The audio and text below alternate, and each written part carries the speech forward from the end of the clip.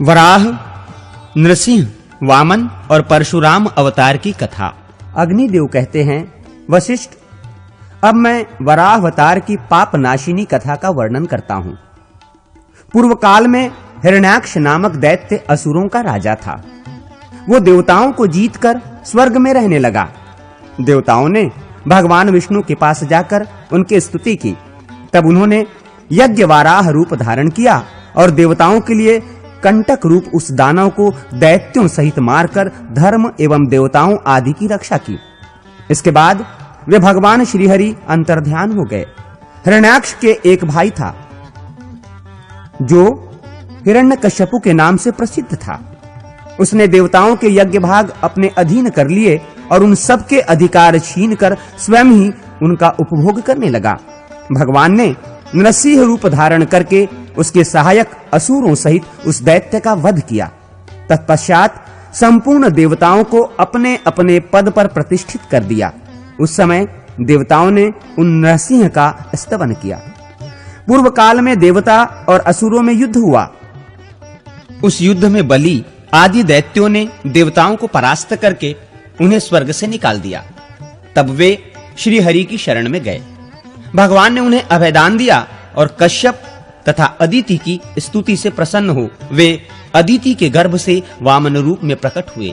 उस समय दैत्यराज बलि गंगा द्वार में यज्ञ कर रहे थे। भगवान उनके यज्ञ में गए और वहां यजमान की स्तुति का गान करने लगे। वामन के मुख से वेदों का पाठ सुनकर राजा बलि उन्हें वर देने को उद्यत हो गए और शुक्राचार्य के मना करने पर भी बोले, ब्राह्मण, आपकी जो इच्छा हो मुझसे मांगे, मैं आपको वो वस्तु अवश्य दूंगा। वामन ने बलि से कहा, मुझे अपने गुरु के लिए 3 पग भूमि की आवश्यकता है, वही दीजिए। बलि ने कहा, अवश्य दूंगा। तब संकल्प का जल हाथ में पड़ते ही भगवान वामन अवामन हो गए। उन्होंने विराट रूप धारण कर लिया और भूरलोक, भुवरलोक एवं स्वर्गलोक को अपने 3 पगों से नाप लिया। श्री हरि ने बलि को सूतल लोक में भेज दिया और त्रिलोकी का राज्य इंद्र को दे डाला। इंद्र ने देवताओं के साथ श्री हरि का स्तवन किया। वे तीनों लोकों के स्वामी होकर सुख से रहने लगे। ब्राह्मण, अब मैं परशुराम अवतार का वर्णन करूंगा, सुनो। देवता और ब्राह्मण आदि का पालन करने वाले श्री हरि ने जब देखा कि भूमंडल के क्षत्रिय उद्धत स्वभाव के हो गए हैं, तो वे उन्हें मारकर पृथ्वी का भार उतारने और सर्वत्र शांति स्थापित करने के लिए जमदग्नि के अंश द्वारा रेणुका के गर्भ से अवतीर्ण हुए। भृगुनंदन परशुराम शस्त्र विद्या के पारंगत विद्वान थे। उन दिनों कृतवीर्य का पुत्र राजा अर्जुन भगवान दत्तात्रेय जी की कृपा से 1000 बाहें पाकर समस्त भूमंडल पर राज्य करता था।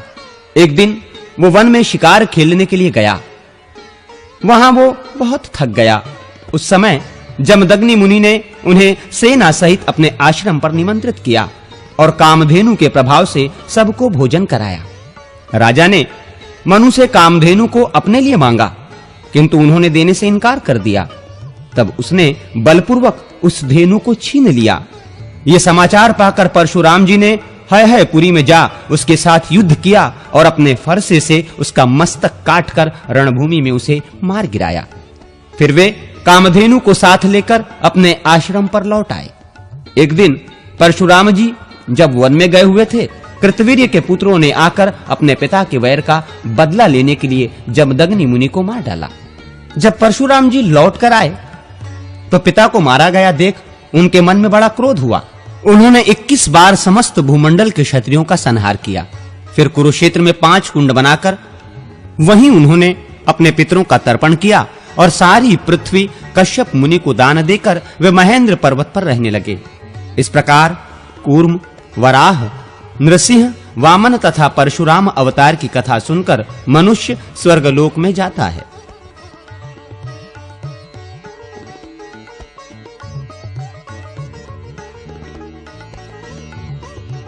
श्री रामावतार वर्णन के प्रसंग में रामायण बालकांड की संक्षिप्त कथा। अग्निदेव कहते हैं, वशिष्ठ, अब मैं ठीक उसी प्रकार रामायण का वर्णन करूंगा जैसे पूर्व काल में नारद जी ने महर्षि वाल्मीकि जी को सुनाया था। इसका पाठ भोग और मोक्ष दोनों को देने वाला है। देवर्षि नारद कहते हैं, वाल्मीकि जी भगवान विष्णु के नाभि कमल से ब्रह्मा जी उत्पन्न हुए हैं। ब्रह्मा जी के पुत्र हैं मरीचि, मरीचि से कश्यप, कश्यप से सूर्य और सूर्य से वैवस्वत मनु का जन्म हुआ है। उसके बाद वैवस्वत मनु से इक्ष्वाकु की उत्पत्ति हुई। इक्ष्वाकु के वंश में ककुस्थ नामक राजा हुए। ककुस्थ के रघु, रघु के अज और अज के पुत्र दशरथ हुए। उन राजा दशरथ से रावण आदि राक्षसों का वध करने के लिए साक्षात भगवान विष्णु 4 रूपों में प्रकट हुए। उनकी बड़ी रानी कौसल्या के गर्भ से श्री रामचंद्र जी का प्रादुर्भाव हुआ।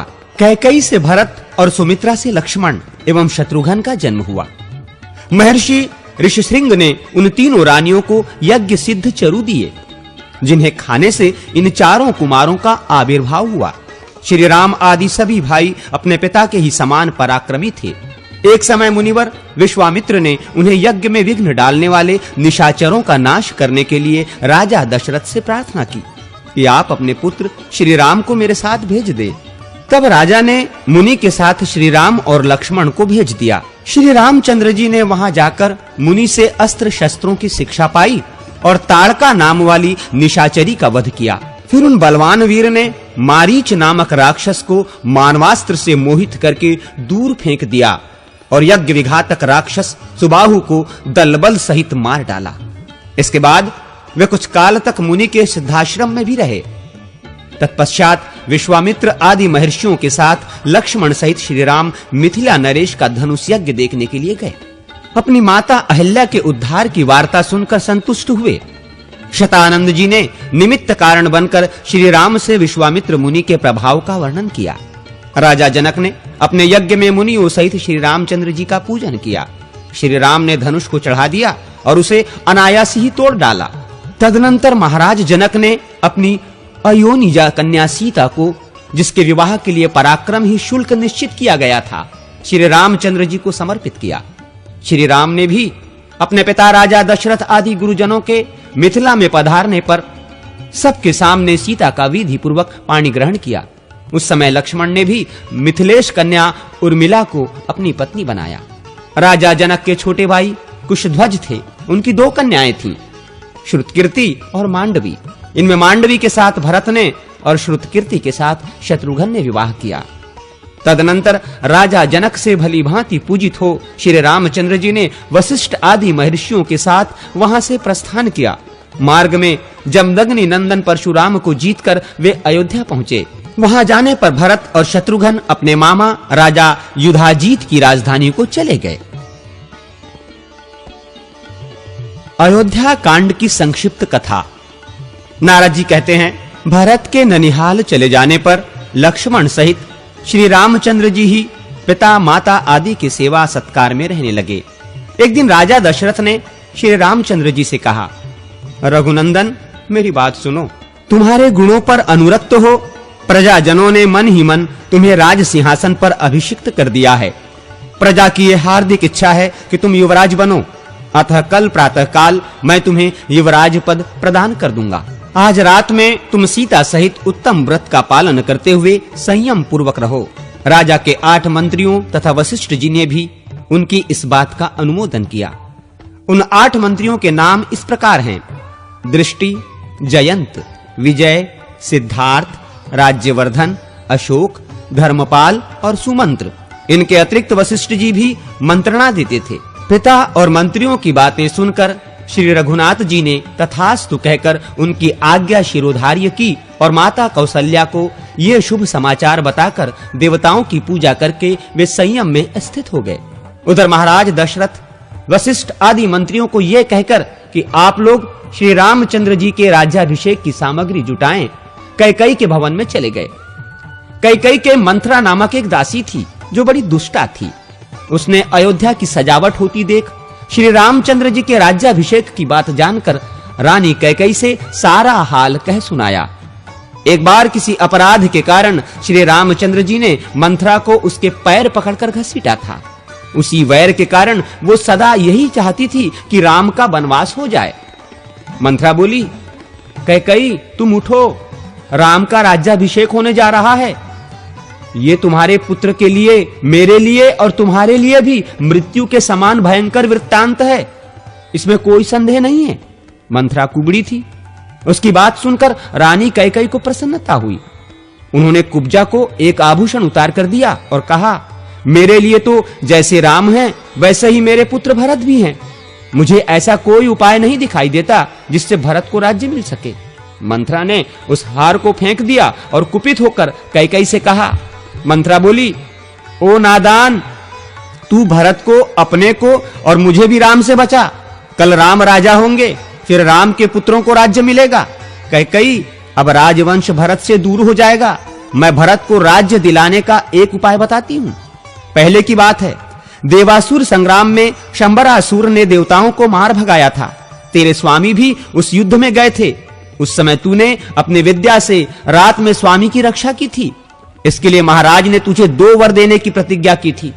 इस समय उन्हीं 2 वरों को उनसे मांग। एक वर के द्वारा राम का 14 वर्षों के लिए वनवास और दूसरे के द्वारा भरत का युवराज पद पर अभिषेक मांग ले। राजा इस समय वे दोनों वर दे देंगे। इस प्रकार मंथरा के प्रोत्साहन देने पर कैकेयी अनर्थ में ही अर्थ की सिद्धि देखने लगी और बोली, कुब्जे, तूने बड़ा अच्छा उपाय बताया है। राजा मेरा मनोरथ अवश्य पूर्ण करेंगे। ऐसा कहकर वो कोप भवन में चली गई और पृथ्वी पर अचेत सी होकर पड़ गई। उधर महाराज दशरथ ब्राह्मण आदि का पूजन करके जब कैकेयी के भवन में आए तो उसे रोष से भरी हुई देखा। तब राजा ने पूछा, सुंदरी, तुम्हारी ऐसी दशा क्यों हो रही है? तुम्हें कोई रोग तो नहीं सता रहा है अथवा किसी भय से व्याकुल तो नहीं हो? बताओ क्या चाहती हो? मैं अभी तुम्हारी इच्छा पूर्ण करता हूं। जिन श्री राम के बिना मैं क्षण भर भी जीवित नहीं रह सकता, उन्हीं की शपथ खाकर कहता हूं तुम्हारा मनोरथ अवश्य पूर्ण करूंगा। सच सच बताओ क्या चाहती हो? कैकेयी बोली, राजन, यदि आप मुझे कुछ देना ही चाहते हो तो अपने सत्य की रक्षा के लिए पहले के दिए हुए 2 वरदान देने की कृपा करें। मैं चाहती हूं राम 14 वर्षों तक संयम पूर्वक वन में निवास करे और इन सामग्रियों के द्वारा आज ही भरत का युवराज पद पर अभिषेक हो जाए। महाराज, यदि ये दोनों वरदान आप मुझे नहीं देंगे तो मैं विष पीकर मर जाऊंगी। ये सुनकर राजा दशरथ वज्र से आहत हुए की भांति मूर्छित होकर भूमि पर गिर पड़े। फिर थोड़ी देर में चेत होने पर उन्होंने कैकेयी से कहा। दशरथ बोले, पाप पूर्ण विचार रखने वाली कैकेयी, तू समस्त संसार का अप्रिय करने वाली है। अरे, मैंने या राम ने तेरा क्या बिगाड़ा है तो तू मुझसे ऐसी बात कहती है? केवल तुझे प्रिय लगने वाला ये कार्य करके मैं संसार में भली भांति निंदित हो जाऊंगा। तू मेरी स्त्री नहीं, काल रात्रि है। मेरा पुत्र भरत ऐसा नहीं है। पापिनी, मेरे पुत्र के चले जाने पर जब मैं मर जाऊंगा तो तू विधवा होकर राज्य करना। राजा दशरथ सत्य के बंधन में बंधे थे। उन्होंने श्री रामचंद्र जी को बुलाकर कहा, बेटा, कैकेयी ने मुझे ठग लिया।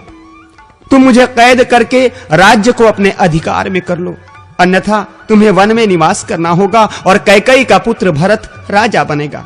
श्री रामचंद्र जी ने पिता और कैकेयी को प्रणाम करके उनकी प्रदक्षिणा की और कौशल्या के चरणों में मस्तक झुकाकर उन्हें सांत्वना दी। फिर लक्ष्मण और पत्नी सीता को साथ ले ब्राह्मणों, दीनों और अनाथों को दान देकर सुमंत्र सहित रथ पर बैठकर वे नगर से बाहर निकले। उस समय माता पिता आदि शोक से आतुर हो रहे थे। उस रात में श्री रामचंद्र जी ने तमसा नदी के तट पर निवास किया। उनके साथ बहुत से पुरवासी भी गए थे। उन सबको सोते छोड़कर वे आगे बढ़ गए। प्रातः काल होने पर जब श्री रामचंद्र जी नहीं दिखाई दिए तो नगर निवासी निराश होकर पुनः अयोध्या लौट आए। श्री रामचंद्र जी के चले जाने से राजा दशरथ बहुत दुखी हुए। वे रोते रोते कैकेयी का महल छोड़कर कौशल्या के भवन में चले आए। उस समय नगर के समस्त स्त्री पुरुष और रनिवास की स्त्रियां फूट फूट कर रो रही थीं। श्री रामचंद्र जी ने चीर वस्त्र धारण कर रखा था। वे रथ पर बैठे बैठे श्रृंगेश्वरपुर जा पहुंचे। वहां निषाद राजगुह ने उनका पूजन स्वागत सत्कार किया। श्री रघुनाथ जी ने इंदगी वृक्ष की जड़ के निकट विश्राम किया। लक्ष्मण और गुह दोनों रात भर जागकर पहरा देते रहे। प्रातः काल श्री राम ने रथ सहित सुमंत्र को विदा कर दिया तथा स्वयं लक्ष्मण और सीता के साथ नाव से गंगा पार हो वे प्रयाग में गए। वहां उन्होंने महर्षि भरद्वाज को प्रणाम किया और उनकी आज्ञा ले वहां से चित्रकूट पर्वत को प्रस्थान किया। चित्रकूट पहुंचकर उन्होंने वास्तु पूजा करने के अनंतर पर्णकुटी बनाकर मंदाकिनी के तट पर निवास किया। रघुनाथ जी ने सीता को चित्रकूट पर्वत का रमणीय दृश्य दिखलाया। इसी समय एक कौवे ने सीता जी के कोमल श्री अंग में नखों से प्रहार किया। ये देख श्री राम ने उसके ऊपर सिंह के अस्त्र का प्रयोग किया। तब वो कौवा देवताओं की आश्रय छोड़कर श्री रामचंद्र जी की शरण में आया। तब उन्होंने उसकी केवल एक आंख नष्ट करके उसे जीवित छोड़ दिया। श्री रामचंद्र जी के वनगमन के पश्चात छठे दिन की रात में राजा दशरथ ने कौशल्या से पहले की एक घटना सुनाई, जिसमें उनके द्वारा कुमार अवस्था में सरयू के तट पर अनजान में यज्ञदत्त पुत्र श्रवण कुमार के मारे जाने का वृत्तांत था। श्रवण कुमार पानी लेने के लिए आया था। उस समय उसके घड़े के भरने से जो शब्द हो रहा था, उसकी आहट पाकर मैंने उसे कोई जंगली जंतु समझा और शब्द भेदी बाण से उसका वध कर डाला। यह समाचार पाकर उसके पिता और माता को बड़ा शोक हुआ। वे बारंबार विलाप करने लगे। उस समय श्रवण कुमार के पिता ने मुझे शाप देते हुए कहा, राजन, हम दोनों पति पत्नी पुत्र के बिना शोकातुर होकर प्राण त्याग रहे हैं। तुम भी हमारी ही तरह पुत्र वियोग के शोक से मरोगे। तुम्हारे पुत्र मरेंगे तो नहीं, किंतु उस समय तुम्हारे पास कोई पुत्र मौजूद न होगा। कौशल्य, आज उसका शाप मुझे स्मरण हो रहा है। जान पड़ता है अब इसी शोक से मेरी मृत्यु होगी। इतनी कथा कहने के पश्चात राजा ने हा राम कहकर स्वर्गलोक को प्रयाण किया। कौशल्या ने समझा महाराज शोक से आतुर हैं, इस समय नींद आ गई होगी। ऐसा विचार करके वे सो गईं। प्रातः काल जगाने वाले सुत, मागध और बंदी जन सोते हुए महाराज को जगाने लगे, किंतु वे न जगे। तब उन्हें मरा हुआ जान रानी कौशल्या हाय मैं मारी गई कहकर पृथ्वी पर गिर पड़ी। फिर तो समस्त नर नारी फूट फूट कर रोने लगे। तत्पश्चात महर्षि वशिष्ठ ने राजा के शव को तैल भरी नौका में रखवाकर भरत को उनके ननिहाल से तत्काल बुलवाया। भरत और शत्रुघ्न अपने मामा के राजमहल से निकलकर सुमंत्र आदि के साथ शीघ्र ही अयोध्यापुरी में आए। यहाँ का समाचार जानकर भरत को बड़ा दुख हुआ। कैकेयी को शोक करती देख उसकी कठोर शब्दों में निंदा करते हुए बोले, अरे तूने मेरे माथे कलंक का टीका लगा दिया, मेरे सिर पर अपयश का भारी बोझ डाल दिया। फिर उन्होंने कौशल्या की प्रशंसा करके तैल पूर्ण नौका में रखे हुए पिता के शव का सरयू तट पर अंत्येष्टि संस्कार किया। तदनंतर वशिष्ठ आदि गुरुजनों ने कहा, भरत अब राज्य ग्रहण करो। भरत बोले, मैं तो श्री रामचंद्र जी को ही राजा मानता हूँ, अब उन्हें यहाँ लाने के लिए वन में जाता हूँ। ऐसा कहकर वे वहां से दलबल सहित चल दिए और श्रृंगेश्वरपुर होते हुए प्रयाग पहुंचे। वहां महर्षि भरद्वाज ने उन सबको भोजन कराया। फिर भरद्वाज को नमस्कार करके वे प्रयाग से चले और चित्रकूट में श्री राम एवं लक्ष्मण के समीप आ पहुंचे। वहां भरत ने श्री राम से कहा, रघुनाथ जी, हमारे पिता महाराज दशरथ स्वर्गवासी हो गए। अब आप अयोध्या में चलकर राज्य ग्रहण करें। मैं आपकी आज्ञा का पालन करते हुए वन में जाऊंगा। ये सुनकर श्री राम ने पिता का तर्पण किया और भरत से कहा, तुम मेरी चरण पादुका लेकर अयोध्या लौट जाओ, मैं राज्य करने के लिए नहीं चलूंगा। पिता के सत्य की रक्षा के लिए चीर एवं जटा धारण करके वन में ही रहूंगा। श्री राम के ऐसा कहने पर सदल बल भरत लौट गए और अयोध्या छोड़कर नंदी ग्राम में रहने लगे। वहां भगवान की चरण पादुकाओं की पूजा करते हुए वे राज्य का भली भांति पालन करने लगे।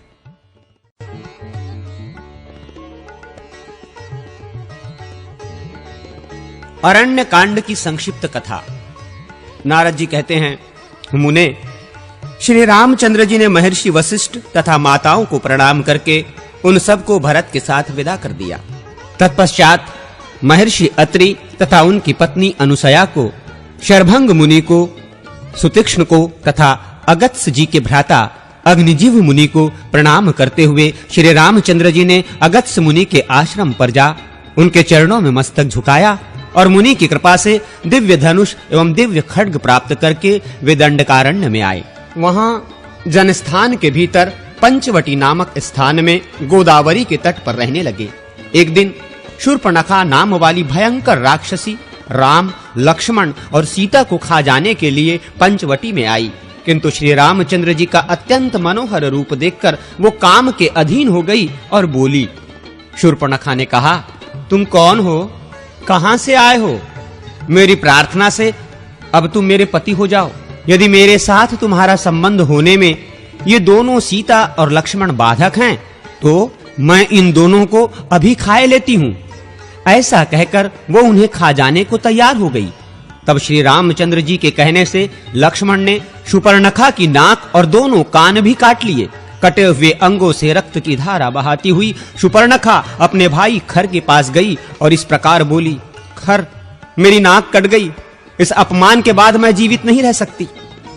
अब तो मेरा जीवन तभी रह सकता है जबकि तुम मुझे राम का, उसकी पत्नी सीता का और उनके छोटे भाई लक्ष्मण का गरम गरम रक्त पिलाओ। खर ने उसको बहुत अच्छा कहकर शांत किया और दूषण तथा त्रिशिरा के साथ 14,000 राक्षसों की सेना ले श्री रामचंद्र जी पर चढ़ाई की। श्री राम ने भी उन सब का सामना किया और अपने बाणों से राक्षसों को बींधना आरंभ किया।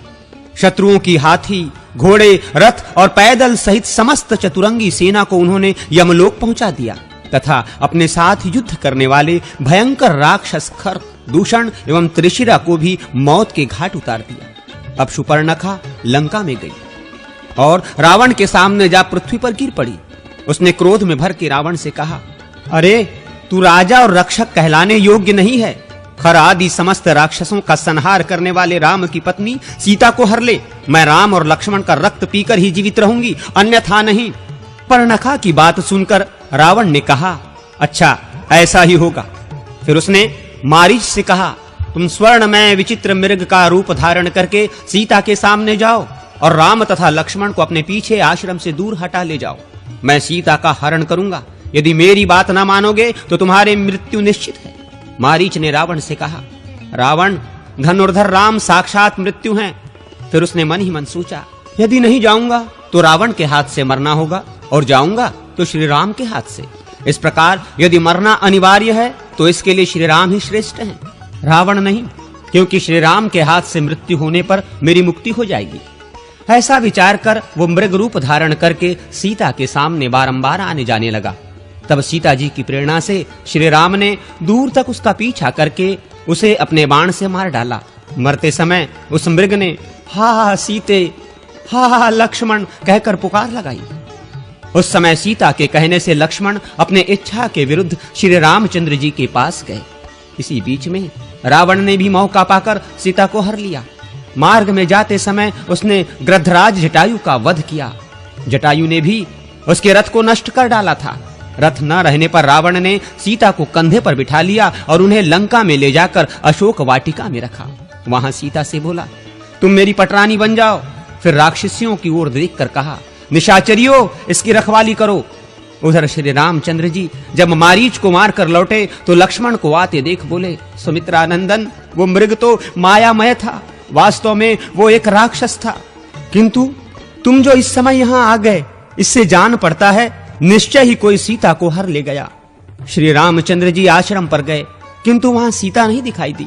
उस समय वे आर्त होकर शोक और विलाप करने लगे। हा प्रिय जानकी, तू मुझे छोड़कर कहां चली गई? लक्ष्मण ने श्री राम को सांत्वना दी। तब वे वन में घूम घूम कर सीता की खोज करने लगे। इसी समय इनकी जटायु से भेंट हुई। जटायु ने ये कहकर कि सीता को रावण हर ले गया है, प्राण त्याग दिया। तब श्री रघुनाथ जी ने अपने हाथ से जटायु का दाह संस्कार किया। इसके बाद उन्होंने कबंध का वध किया। कबंध से शाप मुक्त होने पर श्री रामचंद्र जी से कहा, आप सुग्रीव से मिलिए। किष्किंधा कांड की संक्षिप्त कथा। नारद जी कहते हैं, श्री रामचंद्र जी पंपा सरोवर पर जाकर सीता के लिए शोक करने लगे। वहां वे शबरी से मिले। फिर हनुमान जी से उनकी भेंट हुई। हनुमान जी उन्हें सुग्रीव के पास ले गए और सुग्रीव के साथ उनके मित्रता कराई। श्री रामचंद्र जी ने सबके देखते देखते ताड़ के 7 वृक्षों को एक ही बाण से बींध डाला और दुदुम्भि नामक दानव के विशाल शरीर को पैर की ठोकर से 10 योजन दूर फेंक दिया। इसके बाद सुग्रीव के शत्रु वाली को, जो भाई होते हुए भी उनके साथ वैर रखता था, मार डाला और किष्किंधापुरी वानरों का साम्राज्य, रूमा एवं तारा, इन सब को ऋष्यमुख पर्वत पर वानर राज सुग्रीव के अधीन कर दिया। तदनंतर किष्किंधापुरी के स्वामी सुग्रीव ने कहा, श्री राम, आपको सीता जी की प्राप्ति जिस प्रकार भी हो सके ऐसा उपाय मैं कर रहा हूं। ये सुनने के बाद श्री रामचंद्र जी ने माल्यवान पर्वत के शिखर पर वर्षा के 4 महीने व्यतीत किए और सुग्रीव किष्किंधा में रहने लगे। चौमासे के बाद भी जब सुग्रीव नहीं दिखाई दिए, तब श्री रामचंद्र जी की आज्ञा से लक्ष्मण ने किष्किंधा में जाकर कहा, सुग्रीव, तुम श्री रामचंद्र जी के पास चलो, अपनी प्रतिज्ञा पर अटल रहो, नहीं तो वाली मरकर जिस मार्ग से गया है वो मार्ग अभी बंद नहीं हुआ है, अतएव वाली के पथ का अनुसरण न करो। सुग्रीव ने कहा, सुमित्रानंदन, विषय भोग में आसक्त हो जाने के कारण मुझे बीते हुए समय का भान न रहा, अतः मेरे अपराध को क्षमा कीजिए। ऐसा कहकर वानरराज सुग्रीव श्री रामचंद्र जी के पास गए और उन्हें नमस्कार करके बोले, भगवन, मैंने सब वानरों को बुला लिया है, अब आपकी इच्छा के अनुसार सीता जी की खोज करने के लिए उन्हें भेजूंगा। वे पूर्वादि दिशाओं में जाकर 1 महीने तक सीता जी की खोज करें। जो 1 महीने के बाद लौटेगा उसे मैं मार डालूंगा। ये सुनकर बहुत से वानर पूर्व, पश्चिम और उत्तर दिशाओं के मार्ग पर चल पड़े तथा वहां जनक कुमारी सीता को न पाकर नियत समय के भीतर श्री राम और सुग्रीव के पास लौट आए। हनुमान जी श्री रामचंद्र की दी हुई अंगूठी लेकर अन्य वानरों के साथ दक्षिण दिशा में जानकी की खोज कर रहे थे। वे लोग सुप्रभा की गुफा के निकट विंध्य पर्वत पर 1 ही मास से अधिक काल तक ढूंढते फिरे, किंतु उन्हें सीता जी का दर्शन नहीं हुआ। अंत में निराश होकर आपस में कहने लगे, हम लोगों को व्यर्थ ही प्राण देने पड़ेंगे। धन्य है वो जटायु जिसने सीता के लिए रावण के द्वारा मारा जाकर युद्ध में प्राण त्याग दिया। उनकी ये बातें संपाति नामक गृध के कानों में पड़ी। वो वानरों के प्राण त्याग की चर्चा से उनके खाने की ताक में लगा था, किंतु जटायु की चर्चा सुनकर रुक गया और बोला, वानरों, जटायु मेरा भाई था। वो मेरे ही साथ सूर्यमंडल की ओर उड़ा चला जा रहा था। मैंने अपनी पांखों की ओट में रखकर सूर्य की प्रखर किरणों के ताप से उसे बचाया, अतः वो तो सकुशल बच गया, किंतु मेरी पांखें जल गई, इसलिए मैं यहीं गिर पड़ा। आज श्री रामचंद्र जी की वार्ता सुनने से फिर मेरे पंख निकल आए। अब मैं जानकी को देखता हूँ। वे लंका में अशोक वाटिका के भीतर हैं। लवण समुद्र के द्वीप में त्रिकुट पर्वत पर लंका बसी हुई है। यहाँ से वहां तक का समुद्र 100 योजन विस्तृत है। ये जानकर सब वानर श्री राम और सुग्रीव के पास जाएं और उन्हें सब समाचार बता दें। सुंदर कांड की संक्षिप्त कथा। नारद जी कहते हैं, संपाति की बात सुनकर हनुमान और अंगद आदि वानरों ने समुद्र की ओर देखा। फिर वे कहने लगे, कौन समुद्र को लांघकर समस्त वानरों को जीवन दान देगा? वानरों की जीवन रक्षा और श्री रामचंद्र जी की कार्य की प्रकृष्ट सिद्धि के लिए पवन कुमार हनुमान जी 100 योजन विस्तृत समुद्र को लांघ गए। लांघते समय अवलंबन देने के लिए समुद्र से मैनाक पर्वत उठा। हनुमान जी ने दृष्टि मात्र से उसका सत्कार किया। फिर छाया ग्राहणी सिंहिका ने सिर उठाया। वो उन्हें अपना ग्रास बनाना चाहती थी, इसलिए हनुमान जी ने उसे मार गिराया। समुद्र के पार जाकर उन्होंने लंकापुरी देखी, राक्षसों के घरों में खोज की।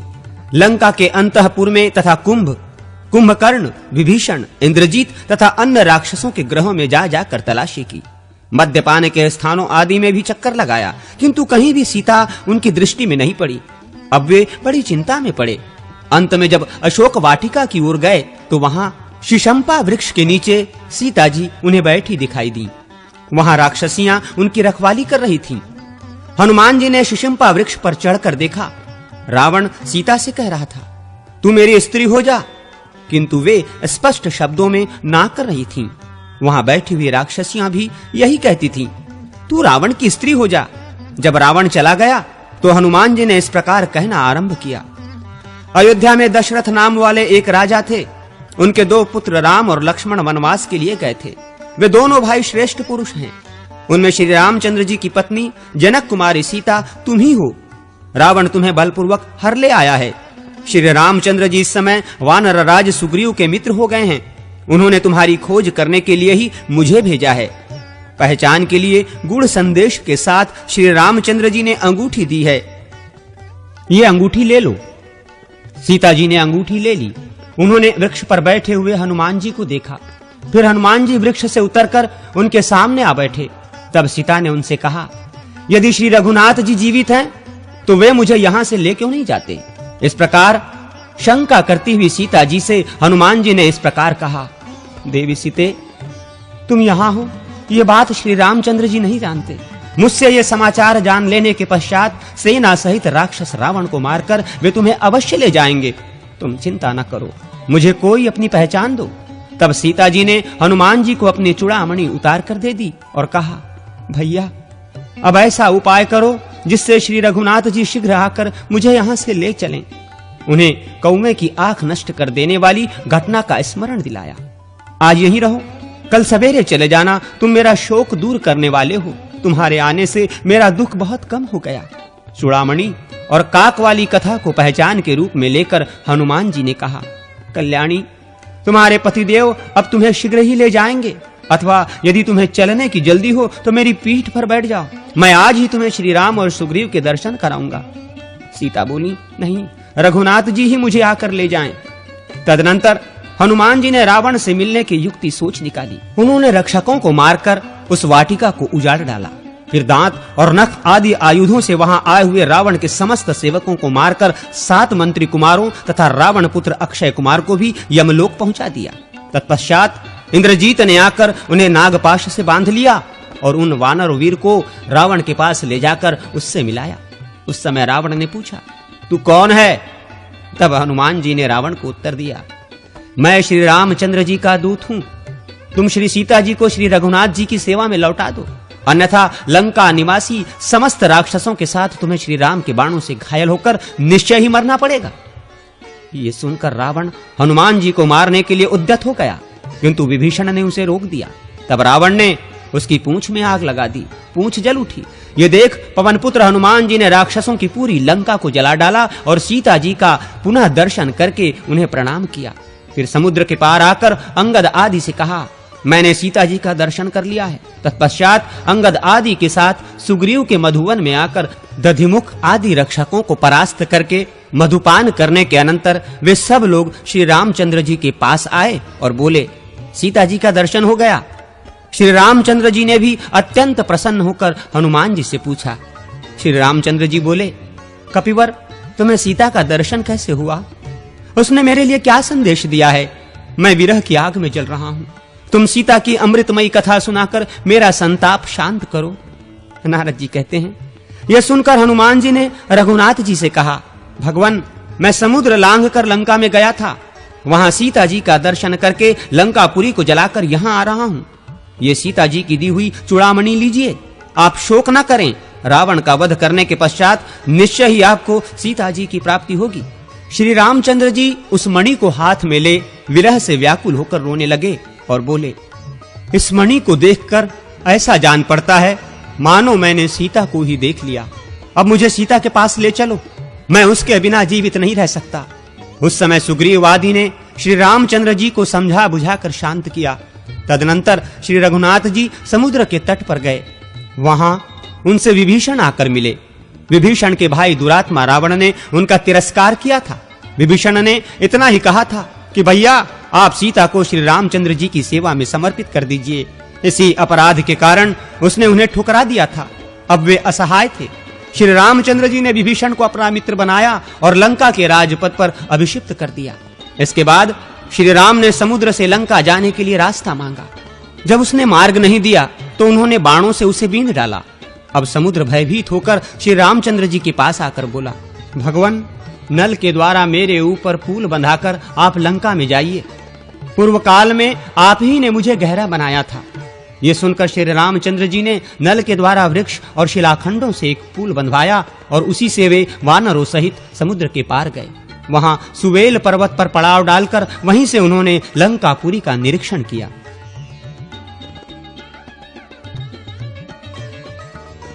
युद्ध कांड की संक्षिप्त कथा। नारद जी कहते हैं, तदनंतर श्री रामचंद्र जी के आदेश से अंगद रावण के पास गए और बोले, रावण, तुम जनक कुमारी सीता को ले जाकर शीघ्र ही श्री रामचंद्र जी को सौंप दो, अन्यथा मारे जाओगे। ये सुनकर रावण उन्हें मारने को तैयार हो गया। अंगद राक्षसों को मार पीट कर लौट आए और श्री रामचंद्र जी से बोले, भगवान, रावण केवल युद्ध करना चाहता है। अंगद की बात सुनकर श्री राम ने वानरों की सेना साथ ले युद्ध के लिए लंका में प्रवेश किया। हनुमान, मैंद, द्विविद, जाम्बवान, नल, नील, तार, अंगद, धूम्र, सुषेण, केसरी, गज, पनस, विनत, रंभ, शरभ, महाबली, कंपन, गवाक्ष, दधिमुख, गवय और गंधमादन, ये सब तो वहां आए ही, अन्य भी बहुत से वानर आ पहुंचे। इन असंख्य वानरों सहित कपिराज सुग्रीव भी युद्ध के लिए उपस्थित थे। फिर तो राक्षसों और वानरों में घमासान युद्ध छिड़ गया। राक्षस वानरों को बाण, शक्ति और गदा आदि के द्वारा मारने लगे और वानर नख, दांत एवं शिला आदि के द्वारा राक्षसों का संहार करने लगे। राक्षसों की हाथी, घोड़े, रथ और पैदलों से युक्त चतुरंगिणी सेना नष्ट भ्रष्ट हो गई। हनुमान ने पर्वत शिखर से अपने वैरी धुमाक्ष का वध कर डाला। नील ने भी युद्ध के लिए सामने आए हुए अकंपन और प्रहस्त को मौत के घाट उतार दिया। श्री राम और लक्ष्मण यद्यपि इंद्रजीत के नागास्त्र से बंध गए थे, तथापि गरुड़ की दृष्टि पड़ते ही उससे मुक्त हो गए।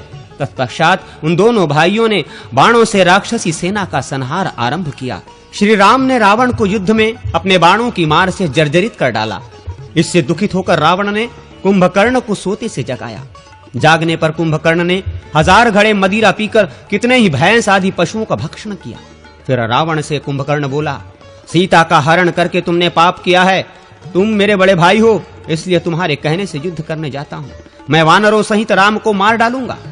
ऐसा कहकर कुंभकर्ण ने समस्त वानरों को कुचलना आरंभ किया। एक बार उसने सुग्रीव को पकड़ लिया। तब सुग्रीव ने उसकी नाक और कान काट लिए। नाक और कान से रहित होकर वह राक्षसों का भक्षण करने लगा। ये देख श्री रामचंद्र जी ने अपने बाणों से कुंभकर्ण की दोनों भुजाएं काट डाली। इसके बाद उसके दोनों पैर तथा मस्तक काटकर उसे पृथ्वी पर गिरा दिया। तदनंतर कुंभ, निकुंभ, राक्षस मकराक्ष, महोदर, महापार्श, मत्त, राक्षस श्रेष्ठ, उन्मत्त, प्रघस, भास्कर्ण, विरूपाक्ष, देवांतक, नतरांतक, त्रिशिरा और अतिकाय युद्ध में कूद पड़े। तब इनको तथा और भी बहुत से युद्ध परायण राक्षसों को श्री राम, लक्ष्मण, विभीषण एवं वानरों ने पृथ्वी पर सुला दिया। तत्पश्चात इंद्रजीत, मेघनाथ ने माया से युद्ध करते हुए वरदान में प्राप्त हुए नागपाश द्वारा श्री राम और लक्ष्मण को बांध लिया। उस समय हनुमान जी के द्वारा लाए हुए पर्वत पर उगी हुई विशल्या नाम की औषधि से श्री राम और लक्ष्मण के घाव अच्छे हुए। उनके शरीर से बाण निकाल दिए गए। हनुमान जी पर्वत को जहां से लाए थे वहीं उसे पुनः रखा है। इधर मेघनाथ निकुंभिला देवी के मंदिर में होम आदि करने लगा। उस समय लक्ष्मण ने अपने बाणों से इंद्र को भी परास्त कर देने वाले उस वीर को युद्ध में मार गिराया। पुत्र की मृत्यु का समाचार पाकर रावण शोक से संतप्त हो उठा और सीता जी को मार डालने के लिए उद्यत हो उठा, किंतु अविंध के मना करने से वो मान गया और रथ पर बैठकर सेना सहित युद्ध भूमि में गया। तब इंद्र के आदेश से मातलिनी ने आकर रघुनाथ जी को भी देवराज इंद्र के रथ पर बिठाया। श्री राम और रावण का युद्ध श्री राम और रावण के युद्ध के ही समान था। उसकी कहीं भी दूसरी कोई उपमा नहीं थी। रावण वानरों पर प्रहार करता था और हनुमान आदि वानर रावण को चोट पहुंचाते थे। जैसे मेघ पानी बरसाता है, उसी प्रकार श्री रघुनाथ जी ने रावण के ऊपर अस्त्र शस्त्रों की वर्षा आरंभ कर दी। उन्होंने रावण के रथ, ध्वज, अश्व, सारथी, धनुष, बाहु और मस्तक काट डाले। काटे हुए मस्तकों के स्थान पर दूसरे नए मस्तक उत्पन्न हो जाते थे। ये देखकर श्री रामचंद्र जी ने ब्रह्मास्त्र के द्वारा रावण का वक्षः स्थल विदीर्ण करके उसे रणभूमि में गिरा दिया। उस समय मरने से बचे हुए सब राक्षसों के साथ रावण की अनाथा स्त्रियां विलाप करने लगी। तब श्री रामचंद्र जी की आज्ञा से विभीषण ने उन सब को सांत्वना दे रावण के शव का दाह संस्कार किया। तदनंतर श्री रामचंद्र जी ने हनुमान जी के द्वारा सीता जी को बुलवाया। यद्यपि वे स्वरूप से ही नित्य शुद्ध थीं, तो भी उन्होंने अग्नि में प्रवेश करके अपनी विशुद्धता का परिचय दिया। तत्पश्चात रघुनाथ जी ने उन्हें स्वीकार किया। इसके बाद इंद्रादि देवताओं ने उनका स्तवन किया। फिर ब्रह्मा जी तथा स्वर्गवासी महाराज दशरथ ने आकर स्तुति करते हुए कहा, श्री राम, तुम राक्षसों का संहार करने वाले साक्षात श्री विष्णु हो। फिर श्री राम के अनुरोध से इंद्र ने अमृत बरसाकर मरे हुए वानरों को जीवित कर दिया। समस्त देवता युद्ध देखकर श्री रामचंद्र जी के द्वारा पूजित हो स्वर्गलोक में चले गए। श्री रामचंद्र जी ने लंका का राज्य विभीषण को दे दिया और वानरों का विशेष सम्मान किया। फिर सबको साथ ले सीता सहित पुष्पक विमान पर बैठकर श्री राम जिस मार्ग से आए थे उसी से लौट चले। मार्ग में वे सीता को प्रसन्न चित्त होकर वनों और दुर्गम स्थानों को दिखाते जा रहे थे। प्रयाग में महर्षि भरद्वाज को प्रणाम करके वे अयोध्या के पास नंदी ग्राम में आए। वहां भरत ने उनके चरणों में प्रणाम किया। फिर वे अयोध्या में आकर वहीं रहने लगे। सबसे पहले उन्होंने महर्षि वशिष्ठ आदि को नमस्कार करके क्रमशः कौसल्या, कैकेयी और सुमित्रा के चरणों में मस्तक झुकाया। फिर राज्य ग्रहण करके ब्राह्मणों आदि का पूजन किया। अश्वमेघ यज्ञ करके उन्होंने अपने आत्म स्वरूप श्री वासुदेव का यजन किया। सब प्रकार के दान दिए और प्रजाजनों का पुत्रवत पालन करने लगे। उन्होंने धर्म और कामादि का भी सेवन किया तथा वे दुष्टों को सदा दंड देते रहे। उनके राज्य में सब लोग धर्मपरायण थे तथा पृथ्वी पर सब प्रकार की खेती फली फूली रहती थी। श्री रघुनाथ जी के शासन काल में किसी की अकाल मृत्यु भी नहीं होती थी। उत्तर कांड की संक्षिप्त कथा। नारद जी कहते हैं, जब रघुनाथ जी अयोध्या के राज सिंहासन पर आसीन हो गए तब अगस्त आदि महर्षि उनका दर्शन करने के लिए गए। वहां उनका भली भांति स्वागत सत्कार हुआ। तदनंतर उन ऋषियों ने कहा, भगवान आप धन्य हैं जो लंका में विजयी हुए और इंद्रजीत जैसे राक्षस को मार गिराया। अब हम उनकी उत्पत्ति कथा बतलाते हैं, सुनिए। ब्रह्मा जी के पुत्र मुनिवर पुलत्स हुए और पुलत्स से महर्षि विशर्वा का जन्म हुआ। उनकी दो पत्नियां थीं, पुण्योत्कटा और कैकसी। उनमें पुण्योत्कटा ज्येष्ठ थी। उसके गर्भ से धनाध्यक्ष कुबेर का जन्म हुआ। कैकसी के गर्भ से पहले रावण का जन्म हुआ, जिसके 10 मुख और 20 भुजाएं थी। रावण ने तपस्या की और ब्रह्मा जी ने उसे वरदान दिया, जिससे उसने समस्त देवताओं को जीत लिया। कैकसी के दूसरे पुत्र का नाम कुंभकर्ण और तीसरे का विभीषण था। कुंभकर्ण सदा नींद में ही पड़ा रहता था, किंतु विभीषण बड़े धर्मात्मा हुए। इन तीनों की बहन शूर्पणखा हुई। रावण से मेघनाथ का जन्म हुआ। उसने इंद्र को जीत लिया था, इसीलिए इंद्रजीत के नाम से उसकी प्रसिद्धि हुई। वो रावण से भी अधिक बलवान था, परंतु देवताओं आदि के कल्याण की इच्छा रखने वाले आपने लक्ष्मण के द्वारा उसका वध करा दिया। ऐसा कहकर वे अगस्त्य आदि ब्रह्मर्षि श्री रघुनाथ जी के द्वारा अभिनंदित हो अपने अपने आश्रम को चले गए। तदनंतर देवताओं की प्रार्थना से प्रभावित श्री रामचंद्र जी के आदेश से शत्रुघ्न ने लवणासुर को मारकर एक पुरी बसाई, जो मथुरा नाम से प्रसिद्ध हुई।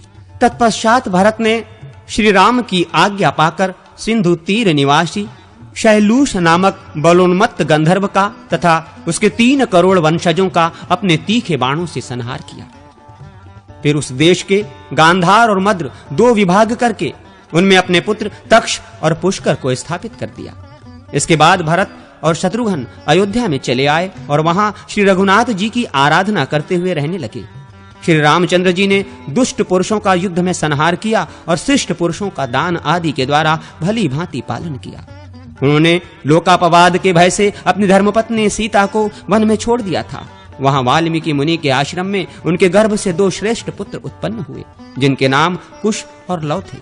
उनके उत्तम चरित्रों को सुनकर श्री रामचंद्र जी को भली भांति निश्चय हो गया कि ये मेरे ही पुत्र हैं। तत्पश्चात उन दोनों को कौशल के 2 राज्यों पर अभिषिक्त करके मैं ब्रह्म हूँ, इसकी भावना पूर्वक ध्यान योग में स्थित होकर उन्होंने देवताओं की प्रार्थना से भाइयों और पूर्ववासियों सहित अपने परम धाम में प्रवेश किया। अयोध्या में 11,000 वर्षों तक राज्य करके वे अनेक यज्ञों का अनुष्ठान कर चुके थे। उनके बाद सीता के पुत्र कौशल जनपद के राजा हुए। अग्निदेव कहते हैं, वशिष्ठ जी, देवर्षि नारद से यह कथा सुनकर महर्षि वाल्मीकि ने विस्तार पूर्वक रामायण नामक महाकाव्य की रचना की। जो इस प्रसंग को सुनता है वो स्वर्गलोक को जाता है।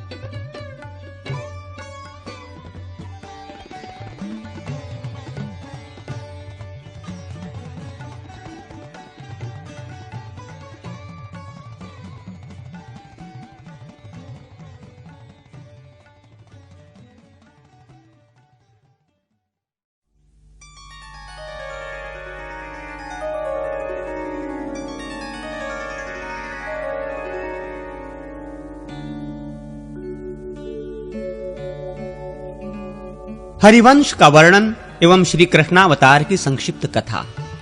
अग्निदेव कहते हैं, अब मैं हरिवंश का वर्णन करूंगा।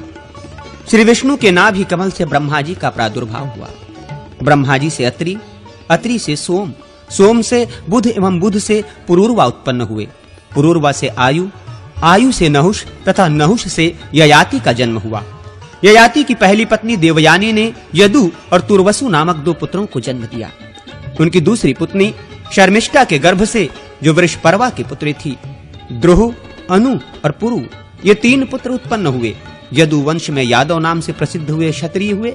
उन सब में भगवान वासुदेव सर्वश्रेष्ठ थे। परम पुरुष भगवान विष्णु ही इस पृथ्वी का भार उतारने के लिए वसुदेव और देवकी के पुत्र रूप में प्रकट हुए थे। भगवान विष्णु की प्रेरणा से योग निद्रा ने क्रमशः 6 गर्भ, जो पूर्व जन्म में हिरण्यकश्यपु के पुत्र थे, देवकी के उदर में स्थापित किए। देवकी के उदर से 7वें गर्भ के रूप में बलभद्र जी प्रकट हुए थे। ये देवकी से रोहिणी के गर्भ में खींच कर लाए गए थे, इसलिए संकर्षण तथा रोहिणेय कहलाए। तदनंतर श्रावण मास के कृष्ण पक्ष की अष्टमी को आधी रात के समय 4 भुजाधारी भगवान श्री हरि प्रकट हुए। उस समय देवकी और वसुदेव ने उनका स्तवन किया। फिर वे 2 बाहों वाले नन्हे से बालक बन गए। वसुदेव ने कंस के भय से अपने शिशु को यशोदा की शैया पर पहुंचा दिया और यशोदा की नवजात बालिका को देवकी की शैया पर लाकर सुला दिया। बच्चे के रोने की आवाज सुनकर कंस आ पहुंचा और देवकी के मना करने पर भी उसने उस बालिका को उठाकर शिला पर पटक दिया। उसने आकाशवाणी से सुन रखा था कि देवकी के 8वें गर्भ से मेरी मृत्यु होगी, इसलिए उसने देवकी के उत्पन्न हुए सभी शिशुओं को मार डाला था। कंस के द्वारा शिला पर पटकी हुई वो बालिका आकाश में उड़ गई और वहीं से इस प्रकार बोली, कंस, मुझे पटकने से तुम्हारा क्या लाभ हुआ? जिनके हाथ से तुम्हारा वध होगा, वे देवताओं के सर्वस्व भूत भगवान तो इस पृथ्वी का भार उतारने के लिए अवतार ले चुके। ऐसा कहकर वो चली गई। उसी ने देवताओं की प्रार्थना से शुंभ आदि दैत्यों का वध किया। तब इंद्र ने इस प्रकार स्तुति की, जो आर्या, दुर्गा, वेदगर्भा, अंबिका, भद्रकाली, भद्रा, क्षेम्या, क्षेमकरी तथा नेकबाहु आदि नामों से प्रसिद्ध है। उन जगदम्बा को मैं नमस्कार करता हूँ, जो तीनों समय इन नामों का पाठ करता है, उसकी सब कामनाएं पूर्ण होती हैं। उधर कंस ने भी बालिका की बात सुनकर नवजात शिशुओं का वध करने के लिए पूतना आदि को सब ओर भेजा। कंस आदि से डरे हुए वसुदेव ने अपने दोनों पुत्रों की रक्षा के लिए उन्हें गोकुल में यशोदापति नंद जी को सौंप दिया था। वहां बलराम और श्री कृष्ण दोनों भाई गौओं तथा ग्वाल वालों के साथ विचरा करते थे। यद्यपि वे संपूर्ण जगत के पालक थे, तो भी व्रज में गोपालक बनकर रहे। एक बार श्री कृष्ण के उधम से तंग आकर मैया यशोदा ने उन्हें रस्सी से उखल में बांध दिया। वे उखल घसीटते हुए 2 अर्जुन वृक्षों के बीच से निकले। इससे वे दोनों वृक्ष टूट कर गिर पड़े। एक दिन श्री कृष्ण एक छकड़े के नीचे सो रहे थे। वे माता का स्तनपान करने की इच्छा से अपने पैर फेंक फेंक कर रोने लगे। उनके पैर का हल्का सा आघात लगते ही छकड़ा उलट गया। पुतना अपना स्तन पिलाकर श्री कृष्ण को मारने के लिए उद्यत थी, किंतु श्री कृष्ण ने ही उसका काम तमाम कर दिया। उन्होंने वृंदावन में जाने के पश्चात कालिय नाग को परास्त किया और उसे यमुना के कुंड से निकालकर समुद्र में भेज दिया।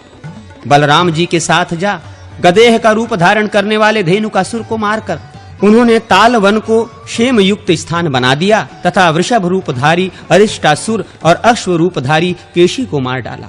फिर श्री कृष्ण ने इंद्रयाग के उत्सव को बंद कराया और उसके स्थान में गिरिराज गोवर्धन की पूजा प्रचलित की। इससे कुपित हो इंद्र ने जो वर्षा आरंभ की उसका निवारण श्री कृष्ण ने गोवर्धन पर्वत को धारण करके किया।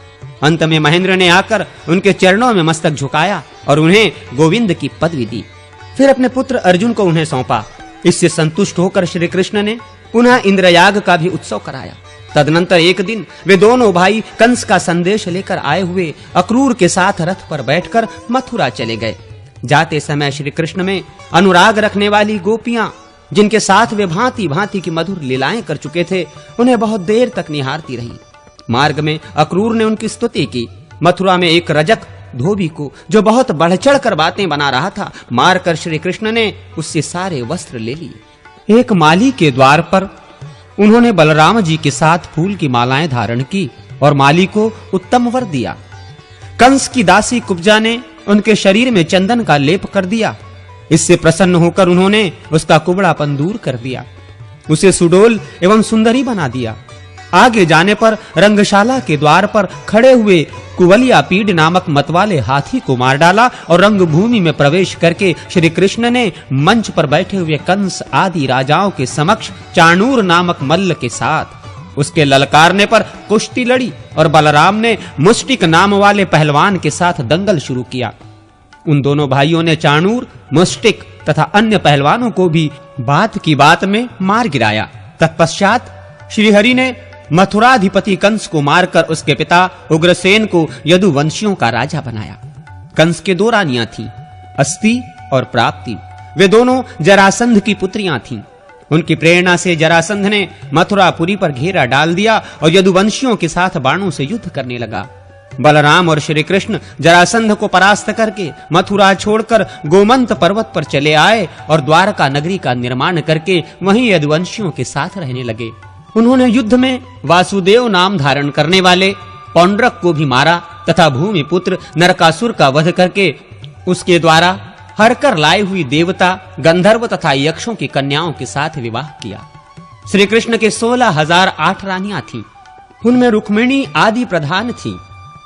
इसके बाद नरकासुर का दमन करने वाले भगवान श्री कृष्ण सत्यभामा के साथ गरुड़ पर आरूढ़ हो स्वर्गलोक में गए।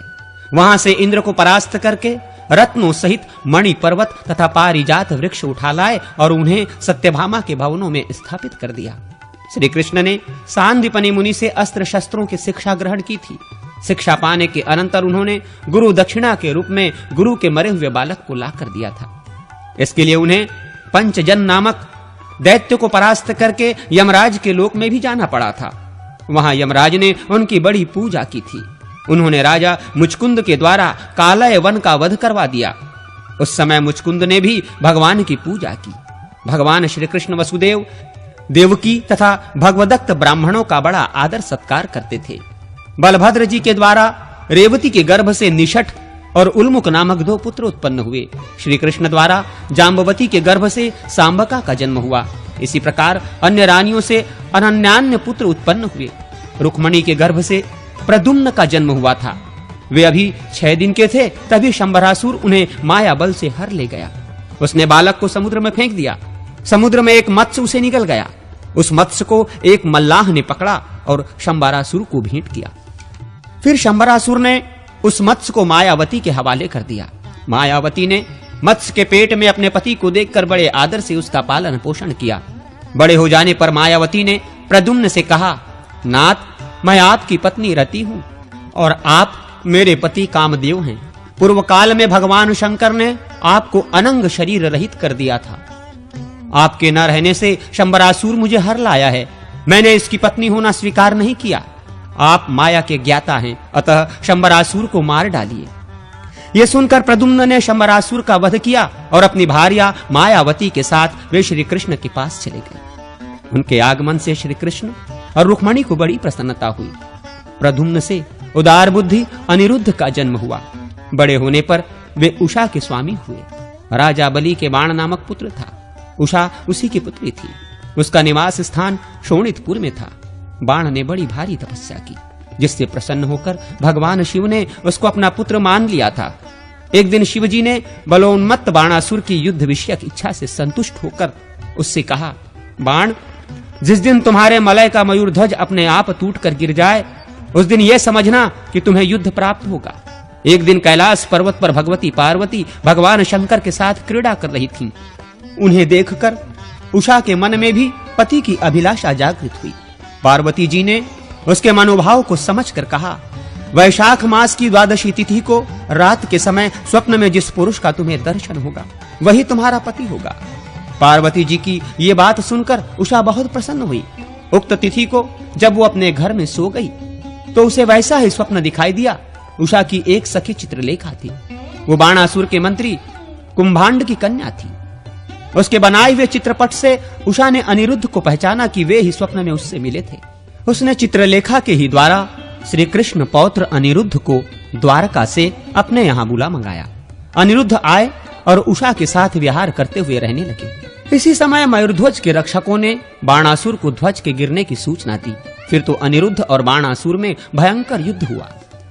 नारद जी के मुख से अनिरुद्ध के शोणितपुर पहुंचने का समाचार सुनकर भगवान श्री कृष्ण प्रद्युम्न और बलभद्र को साथ ले गरुड़ पर बैठकर वहां गए और अग्नि एवं माहेश्वर ज्वर को जीतकर शंकर जी के साथ युद्ध करने लगे। श्री कृष्ण और शंकर में परस्पर बाणों के आघात प्रत्याघात से युक्त भीषण युद्ध होने लगा। नंदी, गणेश और कार्तिकेय आदि प्रमुख वीरों को गरुड़ आदि ने तत्काल परास्त कर दिया। श्री कृष्ण ने जृंभणास्त्र का प्रयोग किया, जिससे भगवान शंकर जम्भाई लेते हुए सो गए। इसी बीच में श्री कृष्ण ने बाणासुर की 1000 भुजाएं काट डाली। जृंभणास्त्र का प्रभाव कम होने पर शिवजी ने बाणासुर के लिए अभयदान मांगा। तब श्री कृष्ण ने 2 भुजाओं के साथ बाणासुर को जीवित छोड़ दिया और शंकर जी से कहा। श्री कृष्ण बोले, भगवान, आपने जब बाणासुर को अभयदान दिया है तो मैंने भी दे दिया। हम दोनों में कोई भेद नहीं है। जो भेद मानता है वो नरक में पड़ता है। अग्निदेव कहते हैं, तदनंतर शिव आदि ने श्री कृष्ण का पूजन किया। वे अनिरुद्ध और उषा आदि के साथ द्वारका में जाकर उग्रसेन आदि यादवों के साथ आनंद पूर्वक रहने लगे। अनिरुद्ध के वज्र नामक पुत्र हुआ। उसने मार्कंडेय मुनि से सब विद्याओं का ज्ञान प्राप्त किया। बलभद्र जी ने प्रलंबासुर को मारा, यमुना की धारा को खींचकर फेर दिया, द्विविध नामक वानर का संहार किया तथा अपने हल के अग्रभाग से हस्तिनापुर को गंगा में झुकाकर कौरवों के घमंड को चूर चूर कर दिया। भगवान श्री कृष्ण अनेक रूप धारण करके अपनी रुक्मणी आदि रानियों के साथ विहार करते रहे। उन्होंने असंख्य पुत्रों को जन्म दिया। अंत में यादवों का उपसंहार करके वे परमधाम को पधारे। जो इस हरिवंश का पाठ करता है वो संपूर्ण कामनाएं प्राप्त करके अंत में श्री हरि के समीप पहुंच जाता है। महाभारत की संक्षिप्त कथा। अग्निदेव कहते हैं, अब मैं श्री कृष्ण की महिमा को लक्षित कराने वाला महाभारत का उपाख्यान करता हूं, जिसमें श्री हरि ने पांडवों को निमित्त बनाकर इस पृथ्वी का भार उतारा था। भगवान विष्णु के नाभि कमल से ब्रह्मा जी उत्पन्न हुए।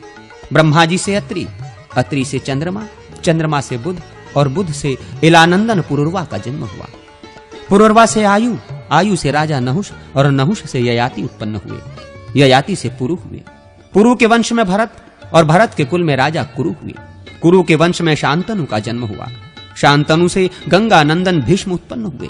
उनके 2 छोटे भाई और थे, चित्रांगद और विचित्रवीर्य। ये शांतनु से सत्यवती के गर्भ से उत्पन्न हुए थे। शांतनु के स्वर्गलोक चले जाने पर भीष्म ने अविवाहित रहकर अपने भाई विचित्रवीर्य के राज्य का पालन किया। चित्रांगद बाल्य अवस्था में ही चित्रांगद नाम वाले गंधर्व के द्वारा मारे गए। फिर भीष्म संग्राम में विपक्षी को परास्त करके कशिराज की 2 कन्याओं अंबिका और अंबालिका को हर लाए। वे दोनों विचित्रवीर्य की भार्याएं हुई। कुछ काल के बाद राजा विचित्रवीर्य राज्य यक्ष्मा से ग्रस्त हो स्वर्गवासी हो गए। तब सत्यवती की अनुमति से व्यास जी के द्वारा अंबिका के गर्भ से राजा धृतराष्ट्र और अंबालिका के गर्भ से पांडु उत्पन्न हुए। धृतराष्ट्र ने गांधारी के गर्भ से 100 पुत्रों को जन्म दिया, जिनमें दुर्योधन सबसे बड़ा था। राजा पांडु वन में रहते थे। वे एक ऋषि के शापवश शतशृंग मुनि के आश्रम के पास स्त्री समागम के कारण मृत्यु को प्राप्त हुए। पांडु शाप के ही कारण स्त्री संभोग से दूर रहते थे, इसलिए उनकी आज्ञा के अनुसार कुंती के गर्भ से धर्म के अंश से युधिष्ठिर का जन्म हुआ। वायु से भीम और इंद्र से अर्जुन उत्पन्न हुए। पांडु की दूसरी पत्नी माद्री के गर्भ से अश्विनी कुमारों के अंश से नकुल सहदेव का जन्म हुआ। शापवश एक दिन माद्री के साथ संभोग होने से पांडु की मृत्यु हो गई और माद्री भी उनके साथ सती हो गई। जब कुंती का विवाह नहीं हुआ था, उसी समय सूर्य के अंश से उनके गर्भ से कर्ण का जन्म हुआ। वो दुर्योधन के आश्रय में रहता था। दैव योग से कौरवों और पांडवों में वैर की आग प्रज्वलित हो उठी। दुर्योधन बड़ी खोटी बुद्धि का मनुष्य था। उसने लाक्षा के बने हुए घर में पांडवों को रखकर आग लगाकर उन्हें जलाने का प्रयत्न किया, किंतु पांचों पांडव अपनी माता के साथ उस जलते हुए घर से बाहर निकल गए। वहां से एक चक्रा नगरी में जाकर वे मुनि के वेश में एक ब्राह्मण के घर में निवास करने लगे। फिर बक नामक राक्षस का वध करके वे पांचाल राज्य में, जहां द्रौपदी का स्वयंवर होने वाला था, गए। वहां अर्जुन के बाहुबल से मत्स्य भेद होने पर पांचों पांडवों ने द्रौपदी को पत्नी रूप में प्राप्त किया। तत्पश्चात दुर्योधन आदि को उनके जीवित होने का पता चलने पर उन्होंने कौरवों से अपना आधा राज्य भी प्राप्त कर लिया। अर्जुन ने अग्निदेव से दिव्य गांडीव धनुष और उत्तम रथ प्राप्त किया था। उन्हें युद्ध में भगवान कृष्ण जैसे सारथी मिले थे। उन्होंने आचार्य द्रोण से ब्रह्मास्त्र आदि दिव्य आयुध और कभी न नष्ट होने वाले बाण प्राप्त किए थे। सभी पांडव सब प्रकार की विद्याओं में प्रवीण थे। पांडु कुमार अर्जुन ने श्री कृष्ण के साथ खांडव वन में इंद्र के द्वारा दी हुई वृष्टि का अपने बाणों की छत्राकार बांध से निवारण करते हुए अग्नि को तृप्त किया था। पांडवों ने संपूर्ण दिशाओं पर विजय पाई। युधिष्ठिर राज्य करने लगे। उन्होंने प्रचुर सुवर्ण राशि से परिपूर्ण राजसूय यज्ञ का अनुष्ठान किया। उसका ये वैभव दुर्योधन के लिए असह्य उठा।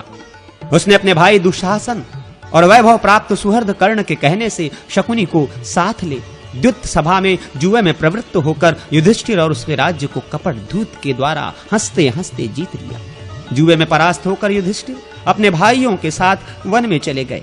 वहां उन्होंने अपनी प्रतिज्ञा के अनुसार 12 वर्ष व्यतीत किए। वे वन में ही पहले की भांति प्रतिदिन बहुसंख्यक ब्राह्मणों को भोजन कराते थे। एक दिन उन्होंने 88,000 द्विजों सहित दुर्वासा को श्री कृष्ण कृपा से परितृप्त किया। वहां उनके साथ उनकी पत्नी द्रौपदी और पुरोहित धौम्य जी भी थे। 12वां वर्ष बीतने पर वे विराट नगर में गए। वहां युधिष्ठिर सबसे अपरिचित रहकर कंक नामक ब्राह्मण के रूप में रहने लगे। भीमसेन रसोइया बने थे। अर्जुन ने अपना नाम बृहन्नला रखा था। पांडव पत्नी द्रौपदी रनिवास में सहेंद्र के रूप में रहने लगी। इसी प्रकार नकुल सहदेव ने भी अपने नाम बदल लिए थे। भीमसेन ने रात्रि काल में द्रौपदी का सतीत्व हरण करने की इच्छा रखने वाले कीचक को मार डाला। तत्पश्चात कौरव विराट की गौओं को हर कर ले जाने लगे। तब उन्हें अर्जुन ने परास्त किया। उस समय कौरवों ने पांडवों को पहचान लिया। श्री कृष्ण की बहन सुभद्रा ने अर्जुन से अभिमन्यु नामक पुत्र को उत्पन्न किया था। उसे राजा विराट ने अपनी कन्या उत्तरा ब्याह दी। धर्मराज युधिष्ठिर 7 अक्षौहिणी सेना के स्वामी होकर कौरवों के साथ युद्ध करने को तैयार हुए। पहले भगवान श्री कृष्ण परम क्रोधी दुर्योधन के पास दूत बनकर गए। उन्होंने 11 अक्षौहिणी सेना के स्वामी राजा दुर्योधन से कहा, राजन, तुम युधिष्ठिर को आधा राज्य दे दो या उन्हें 5 ही गांव अर्पित कर दो, नहीं तो उनके साथ युद्ध करो। श्री कृष्ण की बात सुनकर दुर्योधन ने कहा, मैं उन्हें सुई की नोक के बराबर भूमि भी नहीं दूंगा। हां, उनसे युद्ध अवश्य करूंगा। ऐसा कहकर वो भगवान श्री कृष्ण को बंदी बनाने के लिए उद्यत हो उठा। उस समय राजसभा में भगवान श्री कृष्ण ने अपने परम दुर्धर्ष विश्व रूप का दर्शन कराकर दुर्योधन को भयभीत कर दिया। फिर विदुर ने अपने घर ले जाकर भगवान का पूजन और सत्कार किया। तदनंतर वे युधिष्ठिर के पास लौट गए और बोले, महाराज, आप दुर्योधन के साथ युद्ध कीजिए।